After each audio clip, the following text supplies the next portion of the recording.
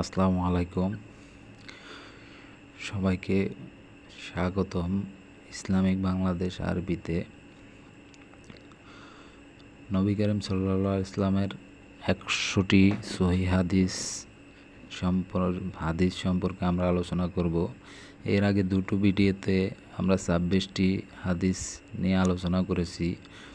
এখন বাকি যে সকল হাদিসগুলো রয়েছে সেগুলো নিয়ে আমরা এখন আলোচনা করব। 26 নম্বর হাদিসে মহান নবী করিম সাল্লাল্লাহু আলাইহি ইসলাম বলেছেন, পৃথিবীতে মসজিদগুলোই আল্লাহর সবচাইতে প্রিয় জায়গা।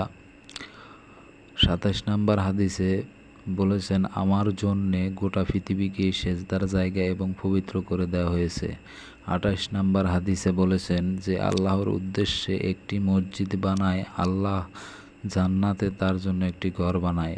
29 নম্বর হাদিসে বলেছেন, কিয়ামতের দিন মুয়াজ্জিনের ঘাড় সবচেয়ে লম্বা উঁচু হবে। 30 নম্বর হাদিসে বলেছেন, নিজের জন্য যা পছন্দ করো অন্যদের জন্য তাই পছন্দ করবে, তবেই হতে পারবে মুমিন। 31 নম্বর হাদিসে বলেছেন, তোমাদের কেউ মুমিন হবে না যতক্ষণ সে নিজের জন্য যা পছন্দ করে তার ভাইয়ের জন্য তাই পছন্দ না করবে। 32 নম্বর হাদিসে বলেছেন, অনুমান ও কুধারণা করা থেকে বিরত থাকো, কেননা অনুমান হলো বড় মিথ্যা কথা। 33 নম্বর হাদিসে বলেছেন, জুলুম করা থেকে বিরত থাকো, কেননা কিয়ামতের দিন জুলুম অন্ধকারের রূপ নেবে। 34 নম্বর হাদিসে বলেছেন, জুলুমের ফরিয়াদ থেকে আত্মরক্ষা করো। 35 নম্বর হাদিসে বলেছেন, মুসলমানের ভাই সে তার ভাইয়ের প্রতি জুলুম করে না এবং তাকে অপমানিতও করে না। 36 নম্বর হাদিসে বলেছেন, মুমিনের সাথে প্রাচীরের গাঁথুনির মতো মজবুত সম্পর্ক রাখে। 37 নম্বর হাদিসে বলেছেন, যে নেতার আনুগত্য করলো সে আমারই আনুগত্য করলো।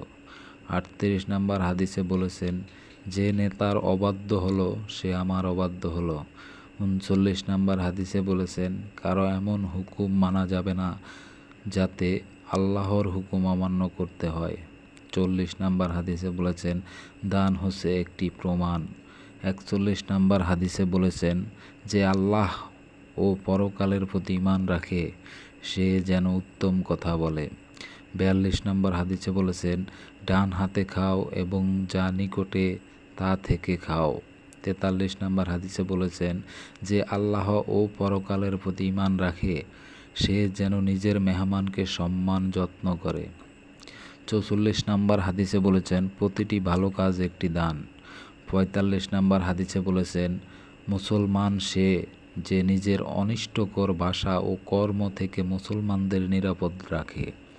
46 নম্বর হাদিসে বলেছেন, মুসলমানকে গালি দেয়া ফাসিকি আর হত্যা করা কুফরি।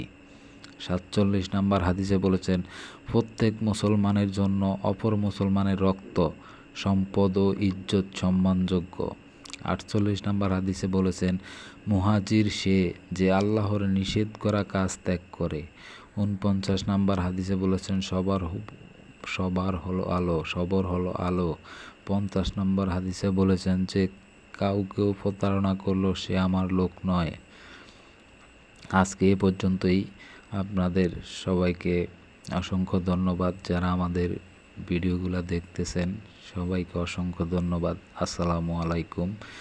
নামাজ বাদ দিও না বন্ধু, এপারের জীবনের চেয়ে ওপারের জীবন অনেক সুন্দর।